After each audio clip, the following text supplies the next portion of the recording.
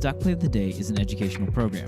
Any statements made by Ally Invest employees are not intended to be or should be considered investment advice, a recommendation to buy, sell, or hold a security, or a recommendation to adopt an investment strategy.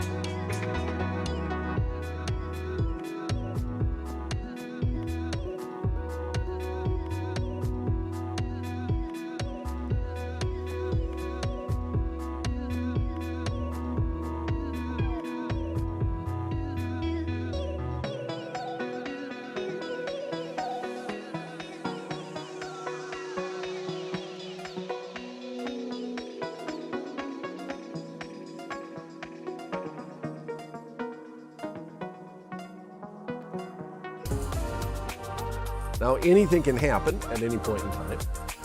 And you'll see a lot of activity. Those are the trades that I'm proud of.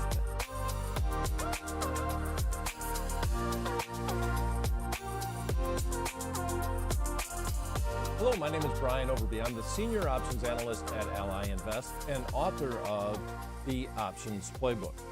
All right, it's happening. Google's going for a 20-for-1 stock split, otherwise known as Alphabet. So we're going to have a lot to talk about today because we've already looked at the stock split once way back in March, and we're going to look at that trade, and we're going to look at an adjustment in that trade because Google has gone south since we put that trade on, and we wanted it to go north. With that said, I'm going to do a small little synopsis of what's going on in the marketplace, and then we'll talk a little bit about last week's trade. And then we're going to run in and look at what we did in March on Google and talk about a potential trade going into the stock split, which will be trading split adjusted on July 18th.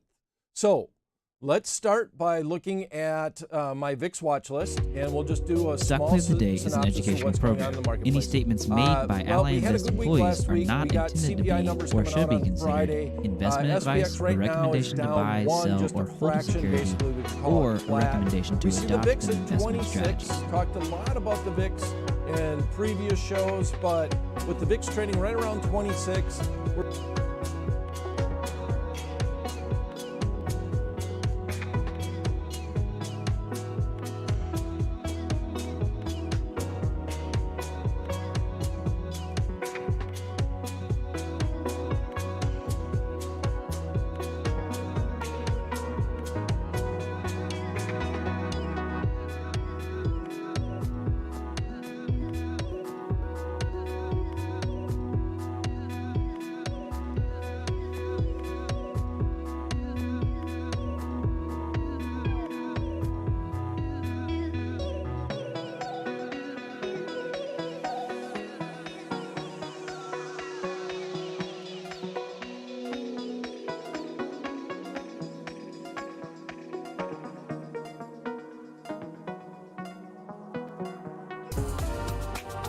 Now, anything can happen at any point in time.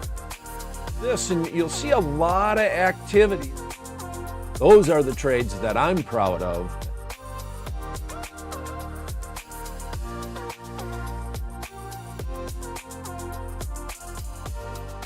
Hello, my name is Brian Overby. I am the Senior Options Analyst at Ally Invest and author of the Options Playbook. All right, we have a lot on our plate today. It's happening. Google, i.e. Alphabet, is going for a 20-for-1 stock split. It will be trading split adjusted on July 18th. Now, we've talked about this split, and also Amazon, who recently went through a 20-for-1 stock split. And we're going to go into detail on that trade today that we talked about back in March. We're going to look at an adjustment on that trade. We'll talk a little bit about what we did last week with Pfizer.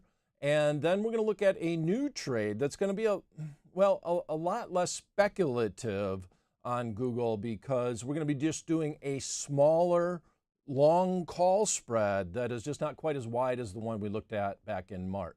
So let's start by looking at the VIX watch list here, and I'll just mention what's going on in the markets. Markets are pretty flat. S&P 500 index is actually up 4 cents today. I don't think you can get much flatter than that. And we got the VIX index at 26% volatility. But I've been highlighting the last couple of stock plays of the day that the VVIX, which is the VIX of the VIX, is actually at an all-time low since the pandemic. And I'm showing the chart of that right now. And you see here, this is the red line is kind of referencing, if I zoom back, right where we were at before the pandemic. I can't quite go all the way back, but right there was the line in the sand for where we were before the pandemic.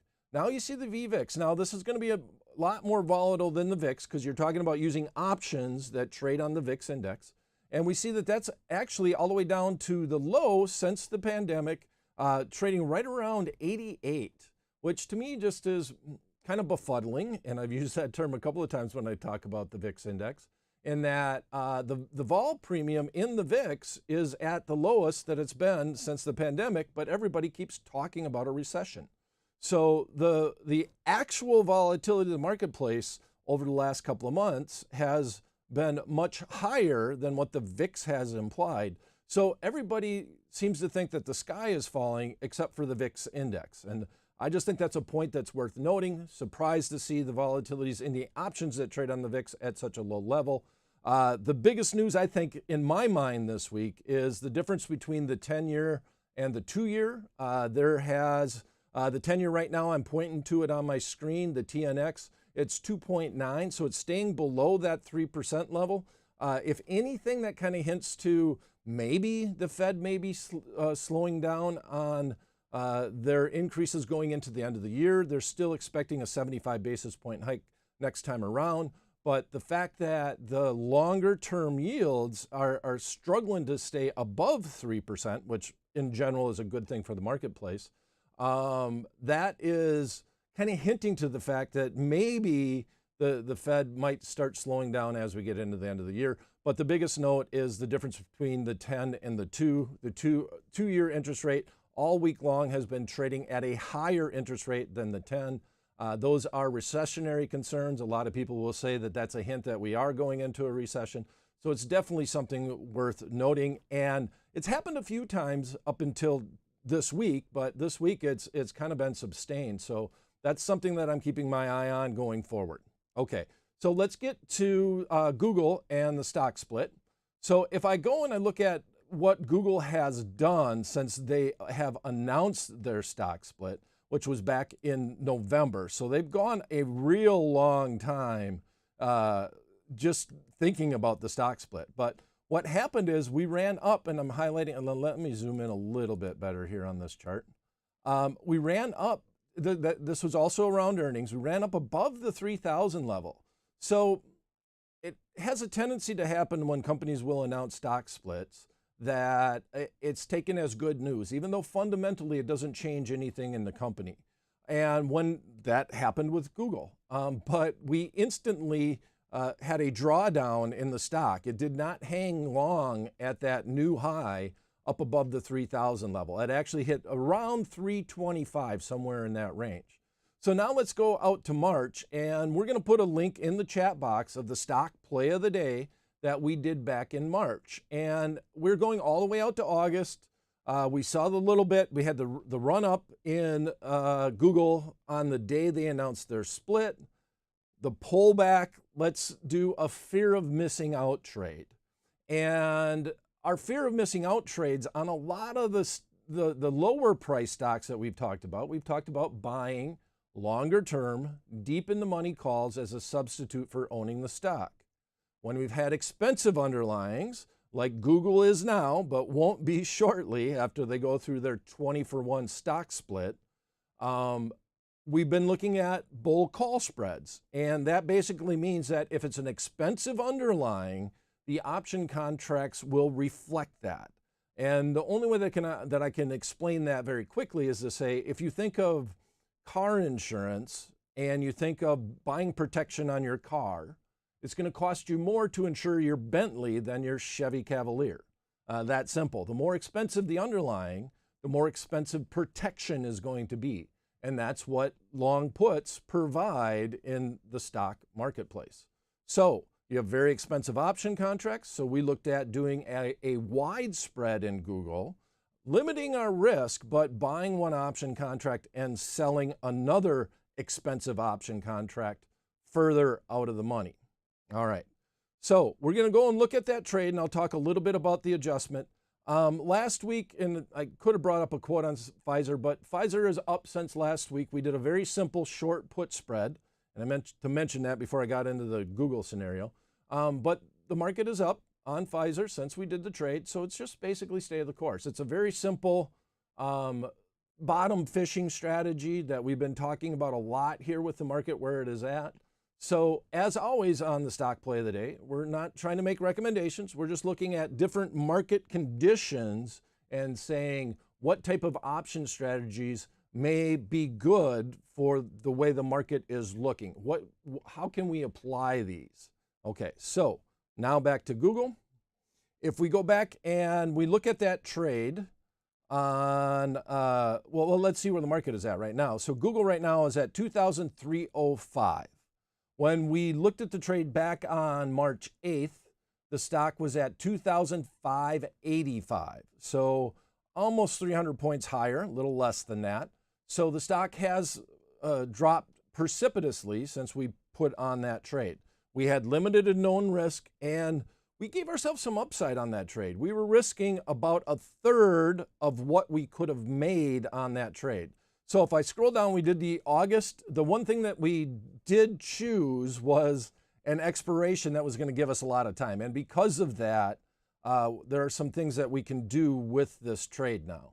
So we bought the 2,700 strike call on the August 19th expiration, and we sold the 3,000 strike call. That's a 30-point wide spread, or a 300-point wide spread, which means the upside, the maximum this thing could trade for if we were to sell our 1-by-1 spread would be $30,000. Minus commissions, of course, if we went and did that trade. Now, to put on that trade, we spent $10,265. That was trading for 102.65. So it was a little bit more risky of a trade that we were looking at. But we did know that they're going to go through the stock split. So for every one contract that we owned, we were going to get 20 contracts of the new options, if you will, after Google's stock split. So that's how we were addressing it. We would have that ability to adjust that trade because we're going to have 20 contracts as opposed to one contract. And going into the split now, here's one of the strategies that we can look to do to try to adjust that trade. Okay, so obviously we don't pick when we're going to talk about these strategies, right? We always tape stock play of the day on Tuesday, and it's usually at noon Eastern time. So the strategy that I'm going to look at, I might have already rolled into at some point in time, but I'm going to give you the simplest thing that you can do now. You're going to add a little bit more risk to your position, but this has a little bit to do with the strike prices. So I'm going to go out and we'll look at the initial trade that we did. Now remember, we paid $102.65 for this trade, $102.65 on a 1-by-1 spread. So we're going to buy that 2,700 and then we're going to look to sell the 3,000. So in here, in this case, we can now sell that trade for $1,240. And you might want to think about that. The market was wrong. I'm sure I wasn't wrong, but for some reason, this is trading for less than when I first put this trade on. So if I look at this, it's $1,250. Our initial investment was $10,265 for every 1-by-1 spread. So if we sell it, then we're out. We did not participate in the split because the split hasn't happened yet. And we're getting to that important date where people are going to start talking about the split. Right now, it doesn't seem like a lot of people are addressing it at this point in time. So how can we adjust this trade? If you want to stay in the trade, there are two different things that we can do. First of all, I might think about adjusting it after the split. That's a possibility, but I want to show you what I'm thinking right here, okay? And I'm going to need to add a couple of more strikes here. 1 second. And let me scroll all the way down. And so now we see that in our trade here, we have the 2,700 that we bought and the 3,000 that we sold. Now, if you notice, this is very uncommon, but we're jumping in 100-point increments on the strikes. So we're limited to what we can do here. So in this instance, if you thought that that there was no chance of Google getting back to the 3,000 where it ran to after the split announcement, one thing that you can do, you're going to add a little bit of risk on this trade, is you can sell the most expensive option contract and roll it to a less expensive option contract and try to manage your risk that way. Okay, so if we do this trade, we're not going to have as much upside on the trade, but we will take a little bit of the capital off the table. So effectively, we're going to roll into a much smaller long call spread. Okay, so hang with me here. That's what I said. We're going to spend a lot of time just talking about this adjustment. So I no longer want the cheese anymore. Just please try to let me out of the trap. I don't want to sell, because if I sell, I'm out. And I didn't even get to the split. So how might I do this and still hope that I can get back to the 3,000 level? All right, so we bought the 2,700 call. We're going to change that around. We're going to sell it. We're going to sell something that we have that has value, and that's our most valued asset in this long call spread. So we sell that. We then buy the 2,900, which is cheaper. It's not a lot cheaper, but it is cheaper, right? It's still $5. We had sold the 3,000. We're not going to do anything with that. So what's going to end up happening when we roll this up is we'll take approximately $11 off the table, and we'll give ourselves a 100-point wide spread that could still happen. All right. So we still have a chance of basically breaking even on the trade, but we're not adding any more additional risk. Okay, so here's how it goes. Now, once again, these are just thoughts. These are just ideas. As always here on Stock Play of the Day, these aren't necessarily meant to be recommendations. We're looking at as many different scenarios as we possibly can. And it's always good when these are all considered paper trades. If a trade does go against you, it's easier to learn on the paper trading fact, as opposed to when trades go with you. Because when they go with you and you got a profit on it, it's fairly simple. You sell it and you get out. It's a very simple thing to do. But when trades go against you, this is, to me, the biggest opportunity to learn here on the Stock Play of the Day, and that's what we're all about. Okay, so let's go back through it. We were long the 2,700. We were short the 3,000. We're going to sell the 2,700 and at the same time buy the 2,900, take a little bit of the money off the table, still give us a chip in a chair, a chance that the stock could go back to that 3,000 level, and we could come out to close to break even on this trade when it's all said and done. All right, so let's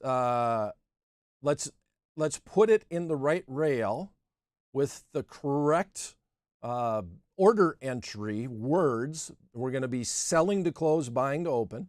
We're going to clear this trade out, and this would be the adjustment trade. Okay, so I'm going to put it in the right rail.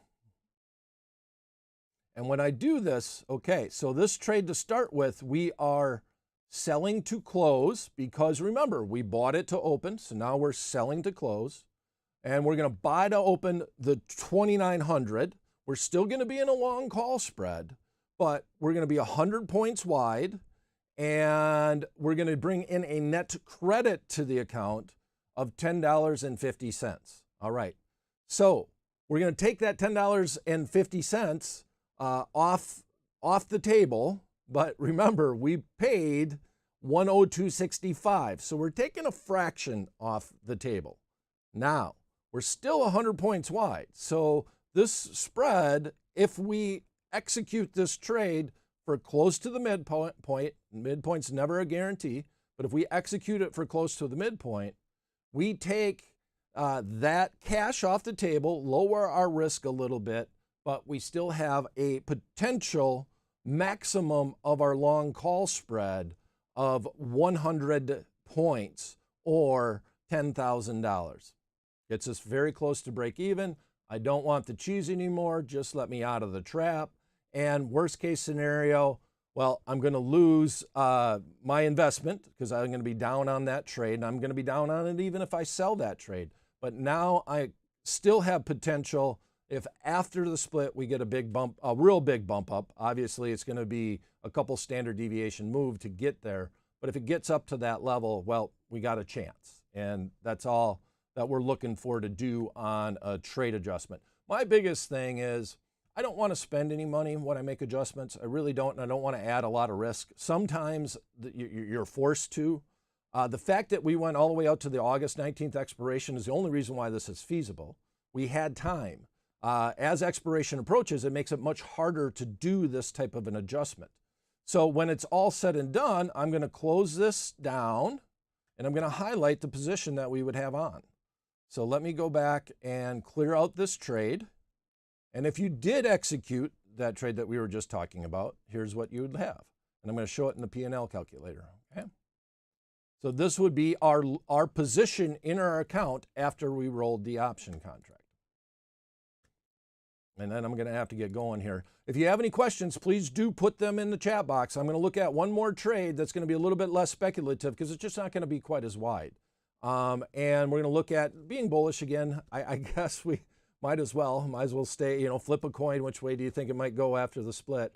So once again, we're not all about picking direction here on the stock play today. We're just going to look at a strategy that might apply considering we're going through that split. Okay, so this is what our final position would be at. Here's where the underlying stock is at, right around 2,300. We need it to get all the way up to the 3,000 level in order to make the maximum on the trade. And if it did, we'd be fairly close to break even on our entire trade. So this would be our chip in a chair strategy. I don't want the cheese anymore. Just let me out of the trap. I don't know how many different ways that I can say it and try to make it fun. But the bottom line is the market went against us. So how could we adjust that trade? And this is one thing to consider. Okay. Now, let's look at what's going to be happening with the split. And let's look at an all new position. Let's say we never put this paper trade on from back on March 8th, and you're getting excited about the split. Maybe we get a run up. So how could we play it to the bull side if going into the split we can get a little bit of a run up in Google? With that said, if you want to know more about this split, we're going to put in the chat box right now, we're going to put a link to an article inside our community hub that I wrote about the Amazon and Google stock split, and it will highlight a lot of the important dates that go along with the split. All right, so let's clear this entire thing out, and I think we're going to stay in the same expiration. One thing that's worth noting that if we do stay in that expiration, a lot of the FANG stocks, which Google is a part of, or Alphabet, if you want to say, are going to be announcing earnings on the week of the 25th. So by doing the August expiration, you're going to be around during, you're going to have a stock split that's going to happen, and then you'd also have an earnings report that would be happening before that expiration date of those option contracts. Now, part of the reason why we went so wide on the March 8th expiration is that the strikes were 100 points wide. We didn't really have a lot of play in the strike prices that we could choose. Now, our goal, and this is what option trading is all about and what we're trying to learn, our whole goal here was to try to get more upside than downside. So we risked basically 102 for the potential to make 300, right? So we had a lot lower risk, about a third of the potential upside. And I think that's what you're looking for when you're doing a FOMO trade, fear of missing out. I think Google might make a run. So what can I do where I can manage my risk, have limited and known downside, but give myself some more upside? And that usually means out of the money long call spreads. So I'm just going to show you the long call spread real quickly inside the options playbook. If you want to do some research, this is optionsplaybook.com. You can look at the long call spread.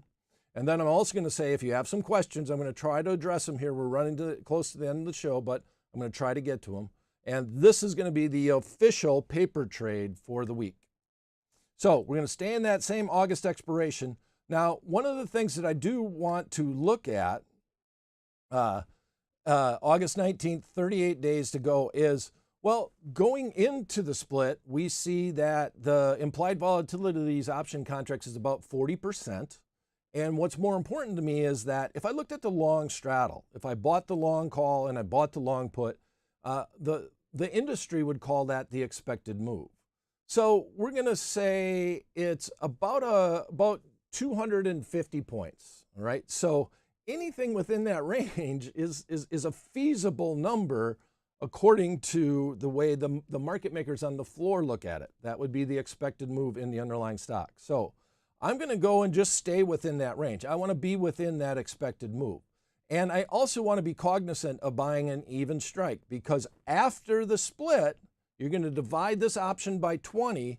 And I talked a lot about this on the March 8th show. And I really don't want a strike price that's going to have a fraction in it. It just doesn't draw as much attention. New investors coming in the marketplace would rather trade something with an even strike as opposed to, 33 cents or something on the strike price, some odd little strike price when it's all said and done. So after the split, we're looking at Google, depending on where the stock is at, being at around 115.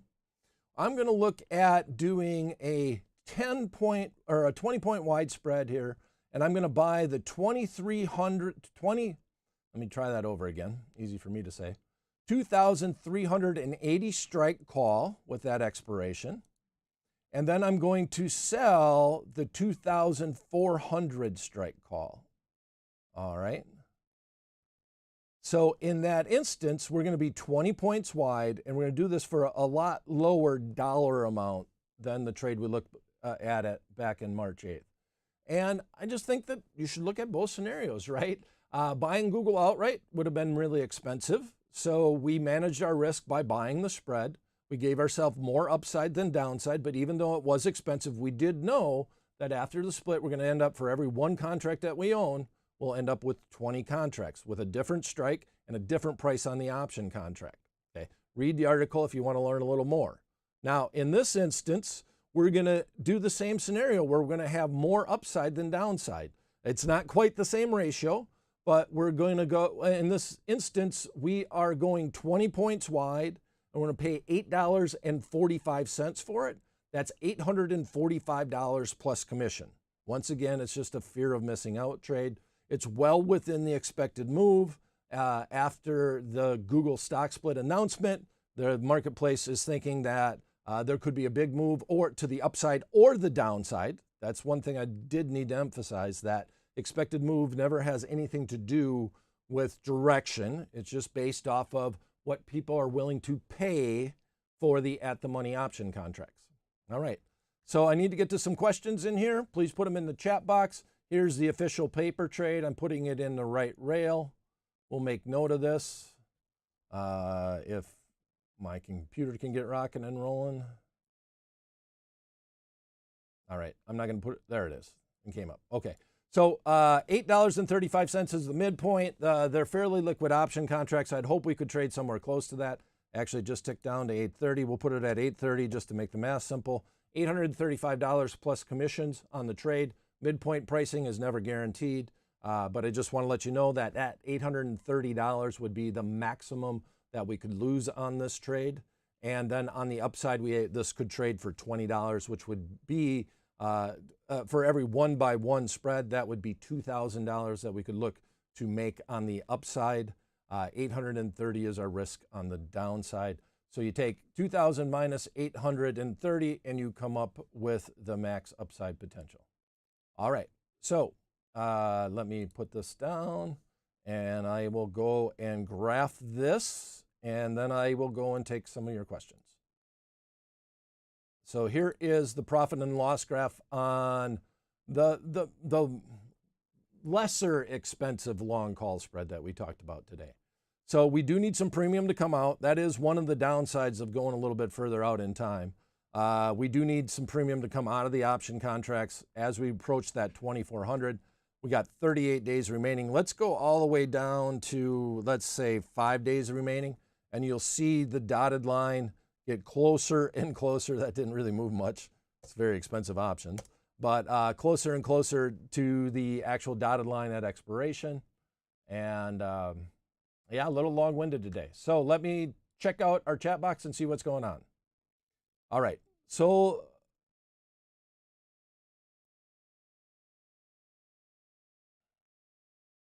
to start with here, I have a question to ask it here. Freebird, what's the date of their stock split again? Okay, Freebird, I think we put the link in to, if not, we'll put a link into the Community Hub article that it gives you the dates for all the split, but the most important date is the split adjusted date. On the 15th, officially Google splits, and that's usually on a Friday when a big stock like this is doing a stock split, because that allows them to do all the back office work over the weekends on all the brokerage firms. And then on the Monday, the 18th, is when it starts trading split adjusted. So those are the most important date. And inverted yield curve has been Clinton just has a statement, and I guess I'll put it out there, and that's what I was trying to draw attention to, Clinton, at the very top of the show, is that inverted yield curve has been a reliable predictor of recessions, and we've had it happen more than once. As a matter of fact, it stayed inverted for quite some time. Even the shorter term yields were trading very close to the 10, shorter than the 2-year. So yeah, there you go. Also, well, you know, the one thing about recessions that is kind of tough, it's kind of hard to say that we're in a recession when we have an unemployment at the lowest, at these extremely low rates. Had good job numbers last week. CPI will be very interesting to see what happens on Friday. I think that's what everybody is waiting for this week as a driver of what's going to happen in the marketplace.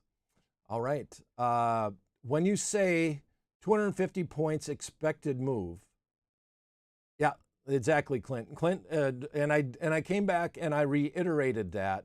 Clinton is saying when you expect 250 points expected move, is that plus 250 and minus 250? And that is. So whenever you're looking at volatility, implied volatilities, you're looking at expected moves, it's never in regard to direction. If you think of it, this is kind of well, it's all about supply and demand. If people are willing to pay up for option contracts, if they're buying calls and they're buying puts, that's going to drive up the price. Now you can say, well, we have a pricing model, we have this, but really when it comes down to buying at the money option contracts, it's all about supply and demand. If everybody is buying, implied volatility is going to increase because that's what the market makers have to adjust. They want to increase those prices to get you to stop buying, and they want some people to say, oh, that's too expensive, and start selling, right? So they're just trying to figure out exactly where they're going to, where that expected move is going to land, but they're hedging accordingly, okay? So that expected move also is going all the way out to August. So we're looking at that August date. If you want to do the split date, you want to look something around the week of July 18th. So I would look at that Friday expiration, don't know the date right off the top of my head, but that would be the expected move for around the split date. So that would be something worth looking at also on top of it. But it has no regard to direction. It's just all whatever the prices of the options are, give you a hint to what the marketplace is thinking the potential move might be. And you never really hear it quoted unless there is a big event. If there's an earnings that is going to happen, you hear a lot of times reporters will come out and they'll call me and they'll ask, you know, Apple's going to be announcing earnings soon. They're looking for a 5% move. Well, where are they getting that from? They're looking at the options marketplace and they're looking at the long straddle, literally just taking the value of that and dividing it on by the stock price. And then they come up with 5%. It's that simple. Very, very simple, easy math. But that's where those numbers come from. All right, any other questions that we have? We're 5 minutes over. All right, I was excited to do this. Please share this with all your friends and family. click subscribe, ring the bell, and please give us a thumbs up if you like this type of information. Mega cap stock splits, we've had quite a few of them. We have a few more that are going to be happening here soon that were already talked about, and we'll come back on the show and talk a little bit about those specific ones, because I think there are a lot of mistakes that are made by beginning option traders trading around stock splits. Thanks for coming, and we'll talk to you soon.